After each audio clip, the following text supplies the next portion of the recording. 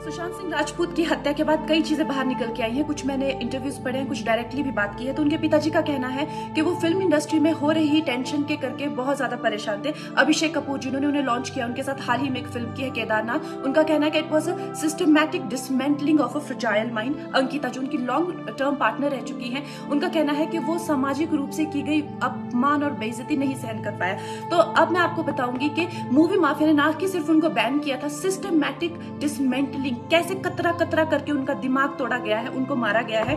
तो blind item आप इसलिए लिखते हैं क्योंकि आप जब झूठ लिखना होता है, आपको के अगेंस्ट कोई लीगल एक्शन नहीं लिया सकता क्योंकि आपका तो नाम ही नहीं लिखा, मगर उसकी जो डिस्क्रिप्शन होती है, जैसे मेरे बारे में लिखा जाएगा कि जिस लड़की के घुंघराले बाल हैं, जिसको नेशनल अवार्ड मिला हुआ है, साइकोटिक है, इस तरह से जो कि मनाली से डिस्क्रिप्शन पूरी दी जाएगी मगर नाम नहीं लिखा जाएगा।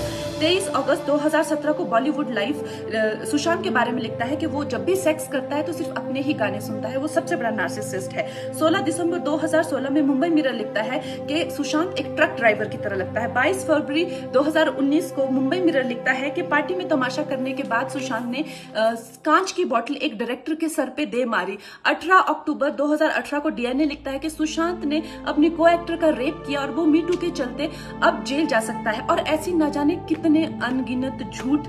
और ये जो बुद्धिजीवी जर्नलिस्ट हैं, ये जो चील कौए गिद्ध हैं जो मूवी माफिया के पाले हुए हैं, ये इसको मेंटल इमोशनल साइकोलॉजिकल लिंचिंग को जर्नलिज्म कहते हैं। मेरे बारे में आज तक जो भी कहा गया मैंने कुछ नहीं कहा, लेकिन जब एक स्वतंत्रता सेनानी के खिलाफ गंदगी लिखी गई, मैंने उस जर्नलिस्ट को कॉन्फ्रंट किया। आपको पता है उसी रात 4 सीनियर जर्नलिस्ट ने मेरे खिलाफ एक गिल्ड बनाई, ऐलान किया गया कि इसकी फिल्म को बैन किया जाए, फ्लॉप किया जाए। आपको पता है 3000 जर्नलिस्ट गैंग अप होते हैं एक अकेली लड़की पर, उसकी इमोशनल लिंचिंग करते हैं सरेआम, और ये समाज कुछ नहीं कहता, कानून कुछ नहीं कहता है। मैंने उन पे केस करने की कोशिश की मगर 1 महीने बाद वो गायब हो गई, मेरी फिल्म रिलीज हुई, गायब हो गई।